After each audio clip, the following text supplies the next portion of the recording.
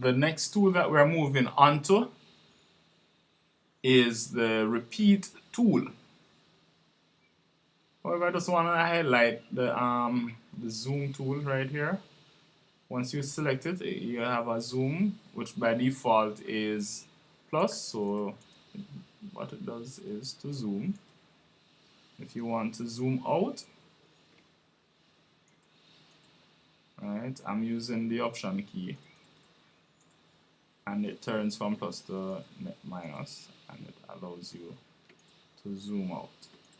Alright, that was quick, simple. So we move on to the repeat tool, which comes with a menu bar. You can select the areas that we want to put our repeat just by going to the measure and double clicking. There are the forward repeat, the backward repeat with an ending, and the ending symbols. Those are the main graphics that we would have for the repeat symbol. Now, there's also the text that can go with it, and we can also create our, by creating that is simply like selecting it, right? So you can put the repeat text, what is it that you would want, how many times that you want it to be repeated, right? And you can also put in the number of repeat, targeting meaning which measure you're going to repeat up to, and all of that. I'm not going to do that. We're just going to select that, and immediately we see it comes right here in our score. Right? Now I'm going to add some more measures to this, but I'm going to put the first ending starting here. So I'm going to put the ending, which gives us this dialog at measure 18. You could put an alternate text, maybe repeat twice, or whatever it is. We do not want to create a backward repeat at this bar line. If we wanted, then we could leave that on. If we don't, we deselect it. I want to put my backward repeat right here. It's good to put it on the top staff only, but if there is a staff list, which you could create staff lists, then let's do that. New staff list. Now you will be able to select which staffs that would come in that list, and we could call it recorders or recorder and song, ENSCN symbol, right? So we could add that to the list. So if we had a mixed instruments like voices, you could set up your list of your list in this way, so you could add various things according to the list. And the list not only works with repeats, it works with other markings as well.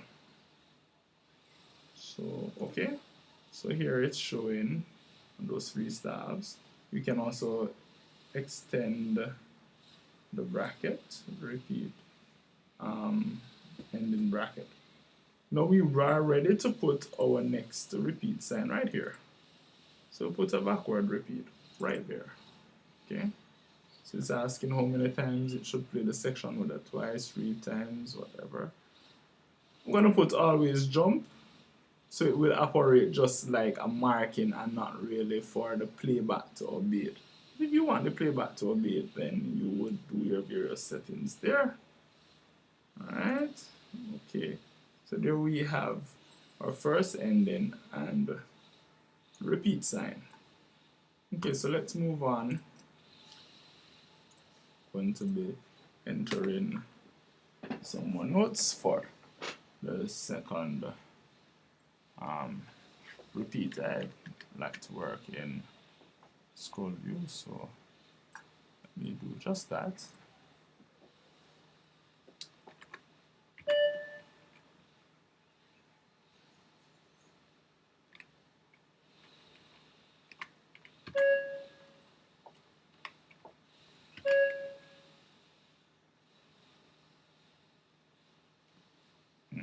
I think this is what I wanted.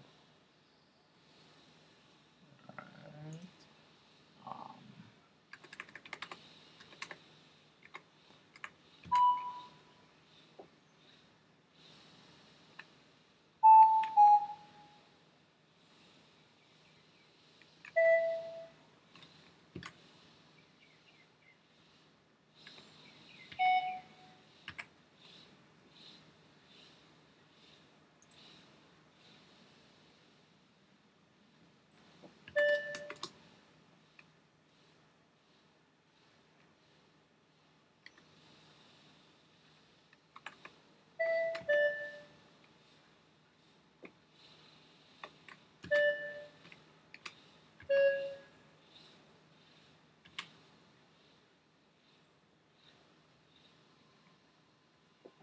Right, so there we have it. And I can immediately add my second ending. Already comes with the 2. I don't need a backward repeat. Alright, now I can just go ahead. I can just choose the staff list, record on some, and there it is. Okay, and I could continue with some more notes or end it there. Alright, so I could just delete using my selection tool. I could just select that and delete those tabs. Let's return back to page view and examine what it is that we have there. So we're getting a view of our score. Alright, good. So that's basically how the setting up a repeat first and second ending would go. Now, there are other signs that can come in play. You can put just a mark, just put the BSL coder there. We can use our selection tool again to remove this item so that it is not conflicting with space. Alright. Position our items correctly using our selection tool. Alright, so there we have somewhat of a BCL fine. Alright, so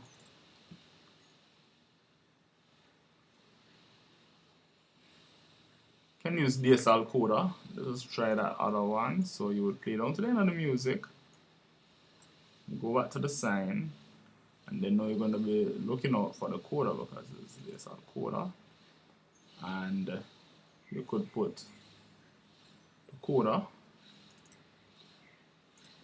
right, and in the definition you could put the measure number that you're going to. I've not really checked it, but let's just say measure 16. So could put measure number in the target, number 16.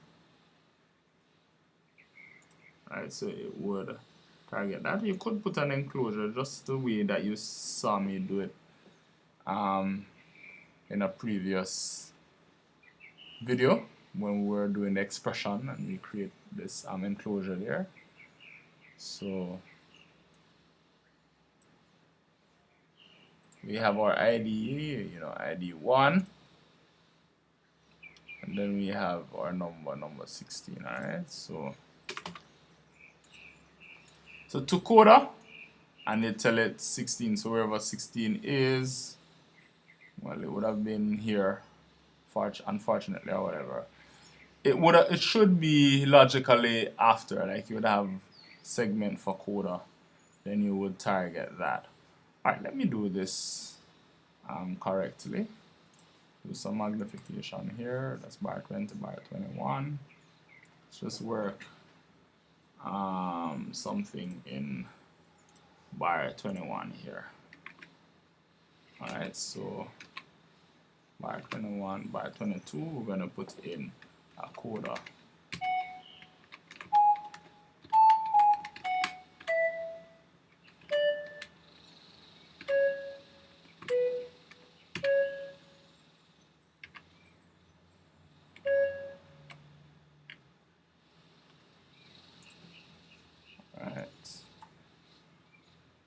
Alright, so here's our coder, and then here we had the to coder sign.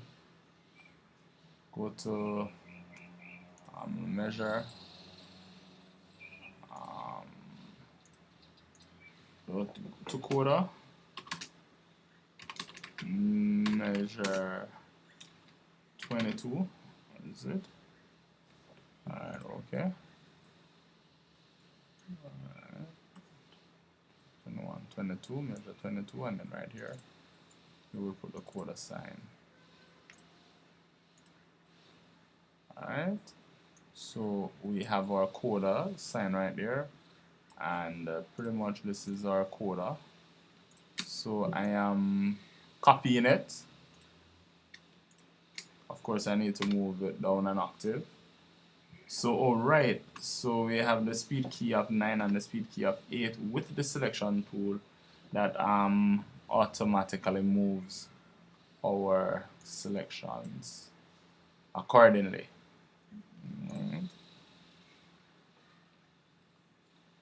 So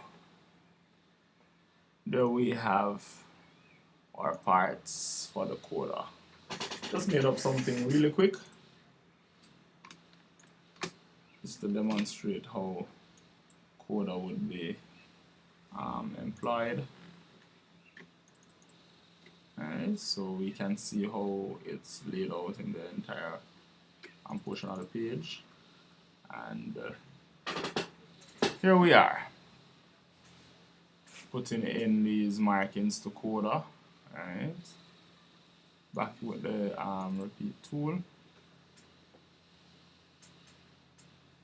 So same thing with DSL find, DSL coder, whatever it is that you would need to create in terms of markings, definitely can do them using the repeat tool.